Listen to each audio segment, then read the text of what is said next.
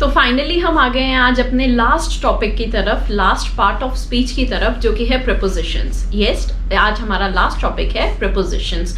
अगर आपको हमारी पूरी सीरीज देखनी है पार्ट्स ऑफ स्पीच की, तो लेफ्ट साइड आप प्लीज आई बटन पे क्लिक करिए और हमारी पूरी सीरीज देख सकते हैं, जिसमें हमने सारे ही types of parts of speech include करे हैं। तो आप हमारी प्लीज वीडियो में लास्ट तक बने रहिए। आई नो थोड़ी सी वीडियोस लंबी हो रही हैं, क्योंकि हम हर वीडियो में हर टॉपिक का टाइप्स भी एक्सप्लेन कर रहे हैं। तो प्लीज लास्ट तक बने रहिए, आपको जरूर कोई ना कोई इंफॉर्मेशनल चीज मिलेगी ही मिलेगी। आज का टॉपिक शुरू करते हैं, जो कि है प्रीपोजिशंस। प्रीपोजिशंस में सबसे पहले तो इसका मीनिंग समझ लेंगे, लेकिन उसके बाद मैं आज आपको बहुत इंपॉर्टेंट बात बताऊंगी यहाँ पे, जिसमें बहुत ज़्यादा कंफ्यूजन रहती सबको। प्रीपोजिशंस की बात करें अगर, तो प्रीपोजिशन का सबसे पहले मतलब समझ लेते हैं। प्रीपोजिशन का मतलब क्या होता है? प्रीपोजिशन का मतलब होता है वो वर्ड्स जो किसी और वस्तु, स्थान, किसी भी चीज का पोजीशन हमें बताता है। जैसे कि ये वो वर्ड्स होते हैं, words that tell us the position of any person, place, animal or thing। अभी यहाँ पे पर्सन, प्लेस, एनिमल और थिंग लिखने के बजाय मैं नाउन भी लिख सकती थी, क्योंकि obviously person, place, animal, thing के नेम्स नाउन्स होते हैं। तो कहने का मतलब ये है कि ये प्रीपोजिशंस वो वर्ड्स होते हैं जो हमें नाउन्स की या प्रोनाउंस की पोजीशन का पता लगवाते हैं कि कोई चीज कहाँ पर है। फॉर एग्जाम्पल यहाँ पे वर्ड्स आ जाते हैं on, in, under, above, behind. तो ये बहुत सारे हैं, ये लिस्ट प्रीपोजिशंस की बहुत लंबी है, तो हम एक एक करके इन पे बात करेंगे। आज हम प्रीपोजिशंस के कुछ क्विकली टाइप्स के बारे में भी देखेंगे, बट मेनली हम बात करेंगे काइंड्स ऑफ प्रीपोजिशंस के बारे में। तो चलिए स्टार्ट करते हैं। जो मैंने आपको बोला था कि एक चीज जिसमें सब लोग बहुत ज्यादा कंफ्यूज रहते हैं, वो क्या है? वो आता है सबसे पहले तो काइंड्स ऑफ प्रीपोजिशंस के अंदर। अगर मैं बात करूं यहाँ पे काइंड्स ऑफ प्रीपोजिशंस की, काइंड्स ऑफ प्रीपोजिशंस, जिसमें सबसे पहले हमारे पास आएगा preposition of time and preposition of place. सबसे ज्यादा कंफ्यूजिंग टॉपिक्स जो हैं प्रीपोजिशंस के। प्रीपोजिशन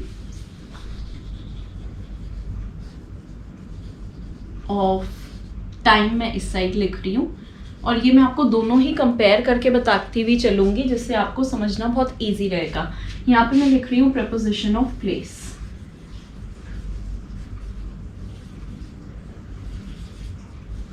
प्रीपोजिशन ऑफ प्लेस, बस एक पिरामिड के थ्रू आप इसको समझ लीजिए।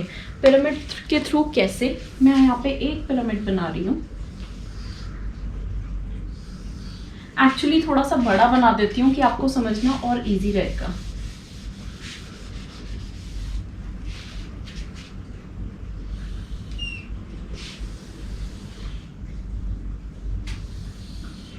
ये हमारा पिरामिड बन गया।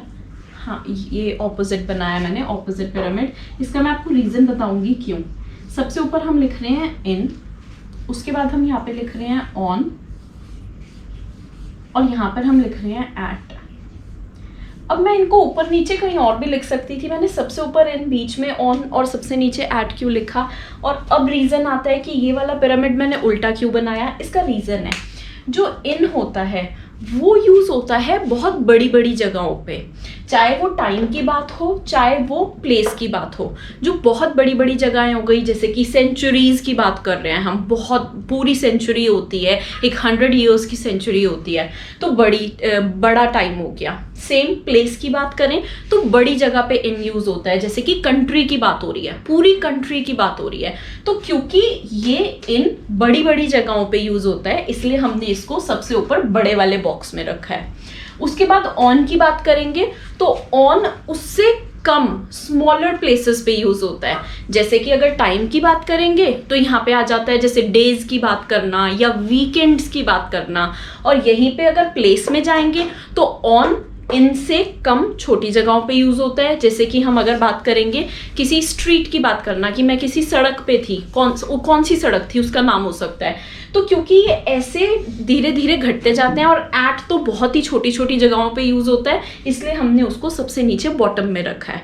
तो अब मैं आपको ये वाली चीज जो मैंने आपको बताई सब एक एक डिटेल में बताऊंगी कि इन कहाँ कहाँ पे यूज होता है, वो कौन कौन सी बड़ी बड़ी जगहें होती हैं, ऑन कहाँ कहाँ पे यूज होता है, वो कौन सी थोड़ी मिडिल वाली जगहें होती है कि ना बहुत बड़ी और ना बहुत छोटी, और एट कहाँ कहाँ पे यूज होता है।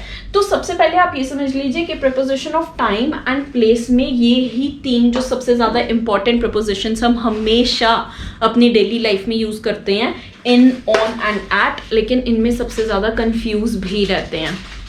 तो स्टार्ट करते हैं फर्स्ट वन, इन से। तो अगर टाइम की बात करें तो इन यूज होगा आपका सेंचुरीज में,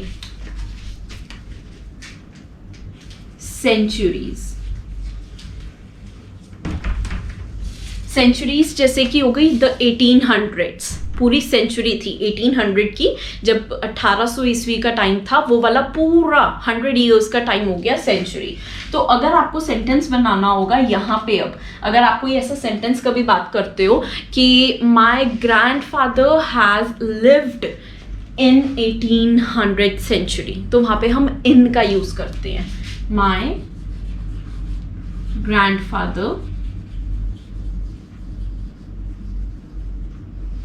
has lived in the 1800s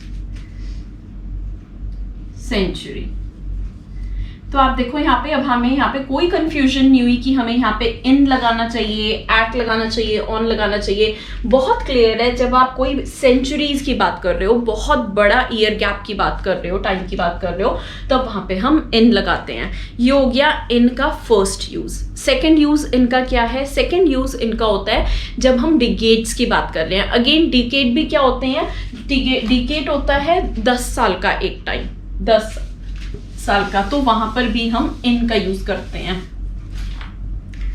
जैसे कि डिकेड्स की बात हो रही है जो कि 10 साल का टाइम है, तो हम लिख सकते हैं my mother has seen this movie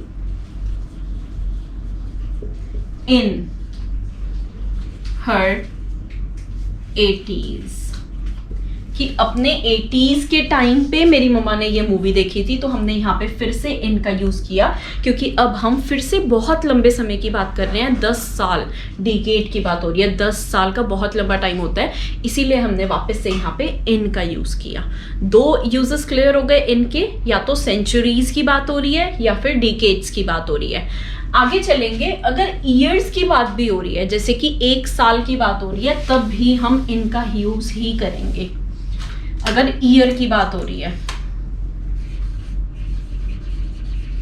years में, फॉर एग्जाम्पल ईयर कोई सा भी हो सकता है, 1970 की बात हो रही हो सकती है यहाँ पे। जैसे अगर मैं बोल दूं आई वॉज, और ये बहुत कॉमन सेंटेंस है, मैं इसलिए लिख के दिखा रही हूँ क्योंकि ये बहुत कॉमन हम फ्रीक्वेंटली बोलते हैं। आई वॉज बोर्न इन 1995, कि मैं 1995 में पैदा हुई थी।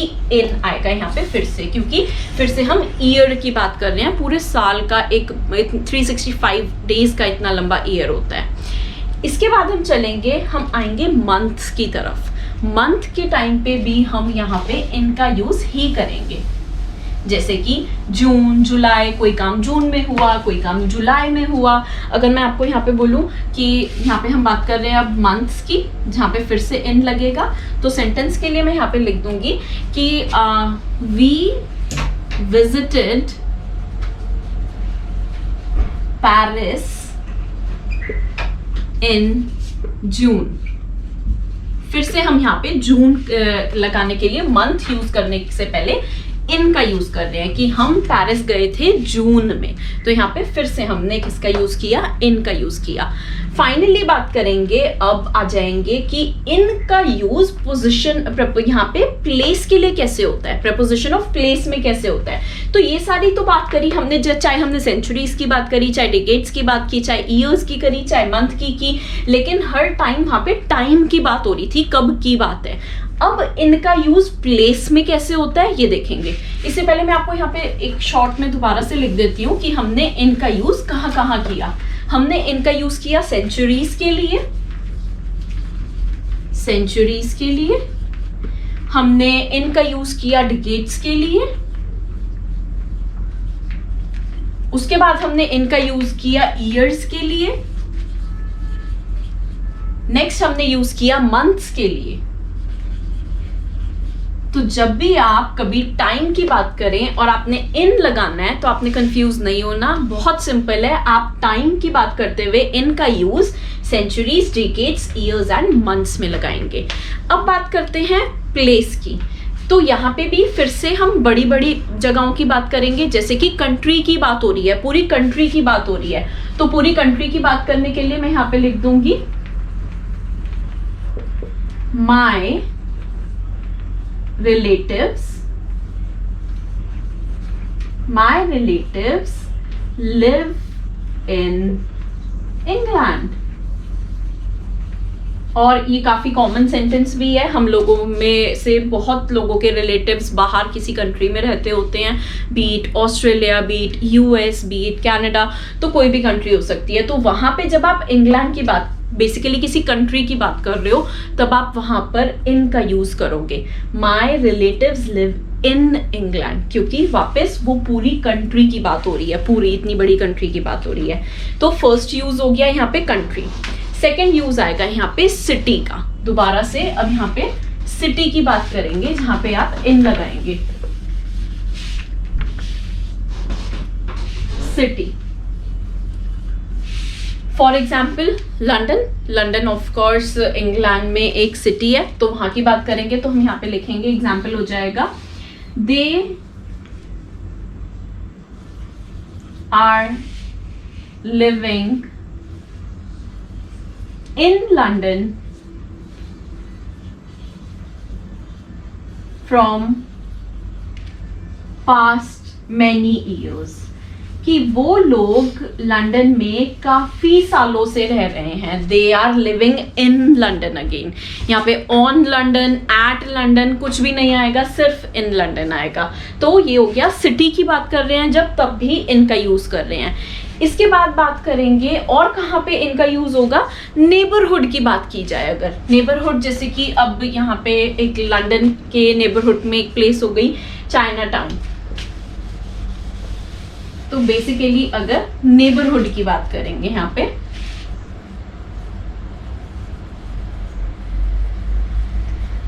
वहां पर भी हम इनका यूज करेंगे।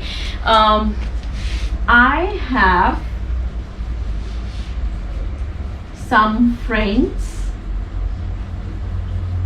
in Chinatown, कि मेरे कुछ फ्रेंड्स हैं चाइना टाउन में। दोबारा से हमने यहाँ पे जब नेबरहुड किसी छोटी जगह की बात करी, बहुत छोटी नहीं, क्योंकि अगर नेबरहुड कोई चाइना टाउन जगह भी है तो वो काफ़ी बड़ी जगह होगी, वो एक ऐसा घर नहीं होगा छोटा सा, तो इसलिए वहाँ पर हमने इनका यूज़ किया वापस से। तो ये हो गए यूजेस जब आप प्लेस की बात करते हो, तो वहाँ पे कौन कौन सी जगहों पे आप इनका यूज़ करते हो। तो मैं अब यहाँ पे एग्जाम्पल हटा के वो वर्ड्स लिख देती हूँ जहां जहां पे आप इनका यूज करते हो प्रपोजिशन ऑफ प्लेस में। तो वो क्या क्या पढ़ा हमने पढ़ा कंट्री, कंट्री का बात करते हुए, सिटी की बात करते हुए, या फिर नेबरहुड की बात करते हुए। बेसिकली जो भी प्लेसेस हैं ऐसी बड़ी बड़ी जगहों के नाम। अब आ जाते हैं ऑन के यूजेस पे। ऑन के यूजेस पे आने के लिए हम वापस पहले प्रपोजिशन ऑफ टाइम में ऑन का यूज देख लेते हैं क्या रहता है। प्रपोजिशन ऑफ टाइम में ऑन का यूज होता है डेज के लिए या वीक डेज के लिए। जैसे कि अगर मैं आपको बोलूं, मैं यहाँ पे लिख के दिखाती हूँ आपको, डेज के लिए या फिर वीकेंड्स के लिए। आप हमेशा नॉर्मल लाइफ में कॉमनली बोलते हो we are planning a vacation on weekend. आप इन वीकेंड कभी नहीं बोलते हो, we are planning vacation on weekend. कब प्लान कर रहे हो, क्या टाइम है आपका प्लान करने का, वीकेंड पे प्लान कर रहे हो आप। श्योरली वो प्लेस तो नहीं है जब आप वीकेंड की बात कर रहे हो कि हम वीकेंड पे कहीं जाएंगे, तो वो प्रपोजिशन ऑफ प्लेस में तो बिल्कुल भी नहीं आ रहा, वो प्रपोजिशन ऑफ टाइम में ही आ रहा है कि आप वीकेंड पे कहीं जा रहे हो। तो जब आप वीकेंड की बात कर रहे हो या डेज की भी बात कर रहे हो, ज़रूरी नहीं है कि आप वीकेंड पे ही कोई प्लान बना रहे हो। आप बोल सकते हो कि माई cousins marriage is on Monday, तो हम उसको भी ऑन मंडे बोलते हैं, इन मंडे या एट मंडे कभी नहीं बोलते हैं। तो बेसिकली जब आप प्रपोजिशन ऑफ टाइम में हो और आप डेज और वीकेंड्स की बात कर रहे हो, तो वहाँ पे आप हमेशा ऑन का यूज़ करते हो। जैसे मैंने आपको भी एग्जांपल्स दिए, माई cousins marriage is on Monday, Monday को है ऑन। तो ये होते हैं प्रपोजिशन ऑफ टाइम में ऑन के यूजेस, डेज पे एंड वीकेंड्स पे। अब यहीं पे हम बात करें प्रपोजिशन ऑफ प्लेस की। प्रपोजिशन ऑफ प्लेस में ऑन के यूजेस क्या रहते हैं? तो प्रपोजिशन ऑफ प्लेस में ऑन के यूजेस रहते हैं, जैसे कि कोई स्ट्रीट की बात की जाए। फॉर एग्जाम्पल स्ट्रीट की बात कर रहे हैं,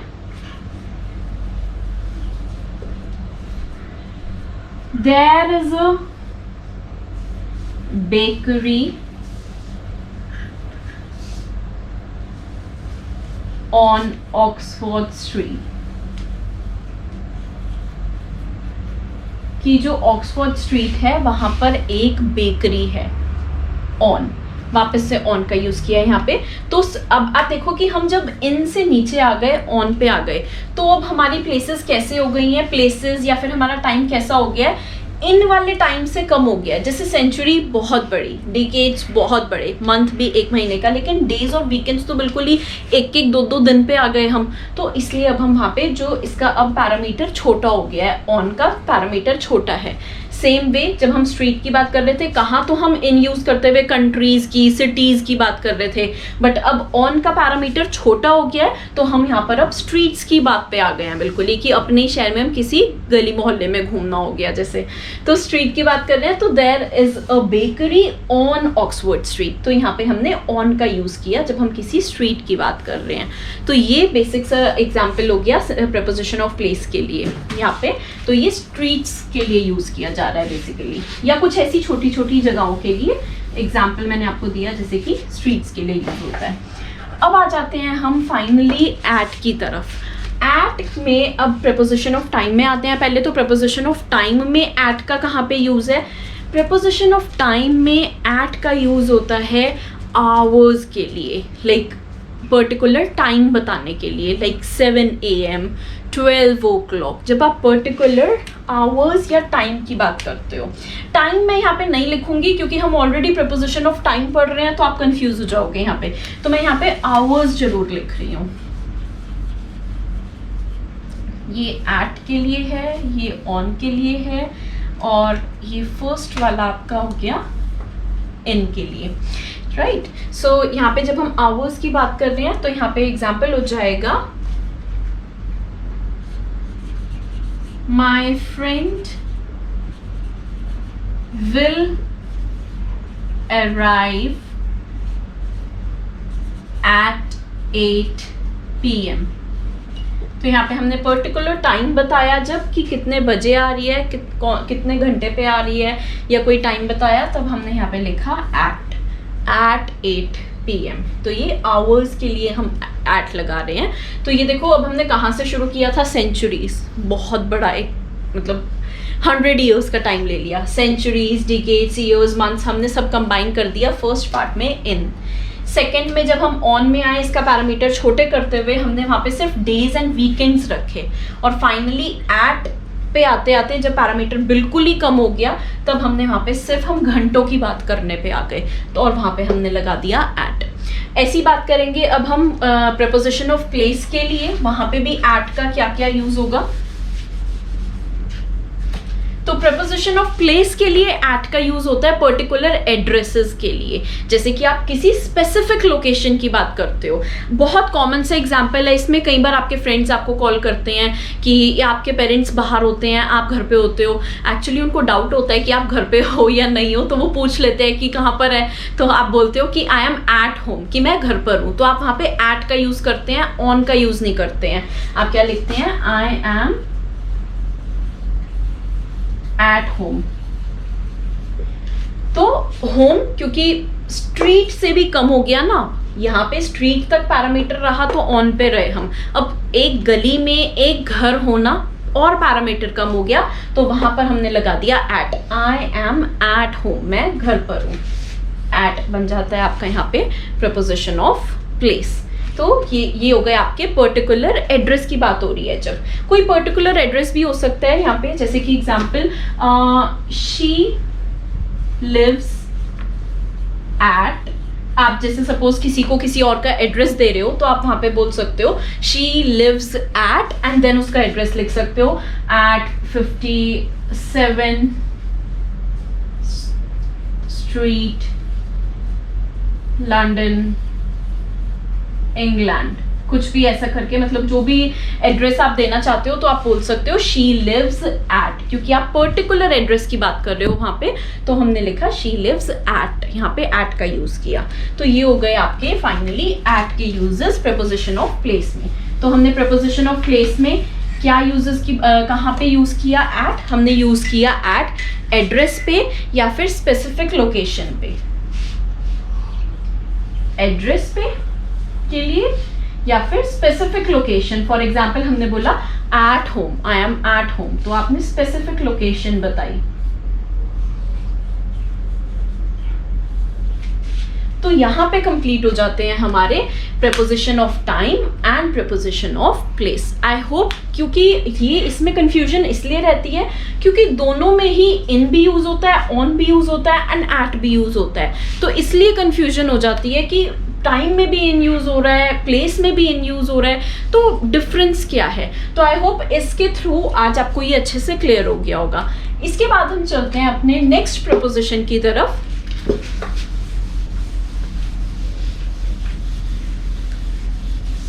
नेक्स्ट प्रपोजिशन है हमारा प्रपोजिशन ऑफ डायरेक्शन, या आप उसको प्रपोजिशन ऑफ मूवमेंट भी कह सकते हो। Preposition of direction. तो प्रपोजिशन ऑफ डायरेक्शन क्या होता है? प्रपोजिशन ऑफ डायरेक्शन वो होता है जो आपको बताता है where something is going. it shows where something is going, कि कोई चीज किस तरफ जा रही है या फिर अगर किसी तरफ से आ रही है, ये सारी चीजें होती हैं प्रपोजिशन ऑफ डायरेक्शन। बेसिकली आपको वर्ड से पता चल रहा है, यहाँ पे नेम से पता चल रहा है कि कोई चीज की डायरेक्शन बताई जा रही है, डायरेक्शन। तो एग्जाम्पल्स इसके होते हैं टूवर्ड्स, कोई चीज किसी की तरफ जाना, टूवर्ड्स होता है किसी चीज की तरफ जाना। अप, ऊपर जाना, डाउन, नीचे आना, कुछ ऐसे वर्ड्स। अबव, किसी चीज के ऊपर से जाना। तो जो वर्ड्स आपको डायरेक्शन का पता करवाते हैं तो वो होते हैं हमारे preposition of direction.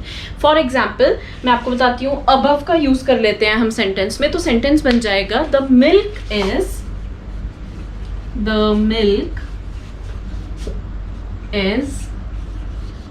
above the soda in the refrigerator.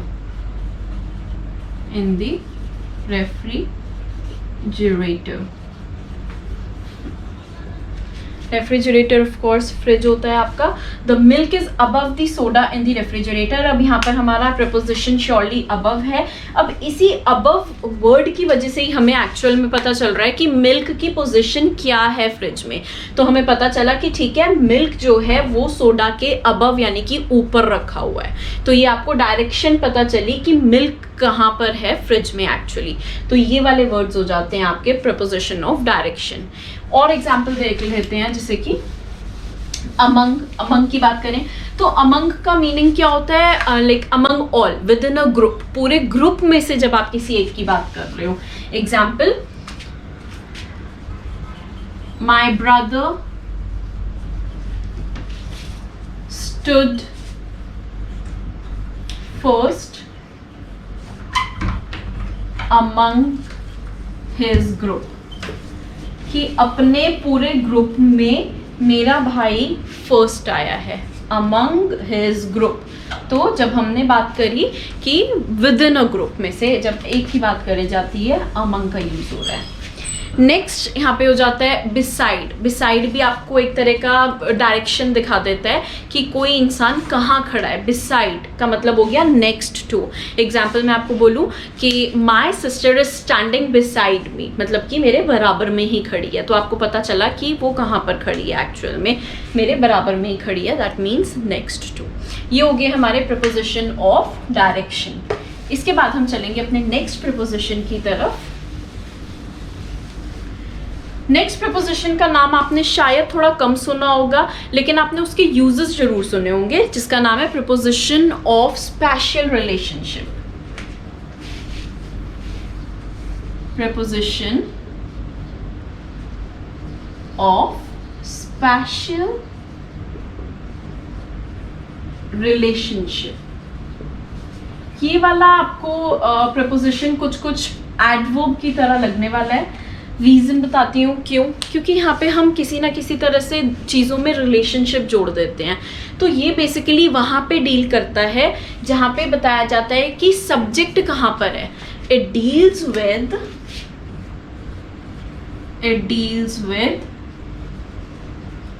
where the subject is। Subject कौन होता है? सब्जेक्ट यानी कि जिसके बारे में बात हो रही है सेंटेंस में, या नॉर्मली लाइफ में जिसके बारे में आप बात कर रहे हो, वो होता है सब्जेक्ट। तो ये बताता है कि where the subject is, subject कहाँ पर है, और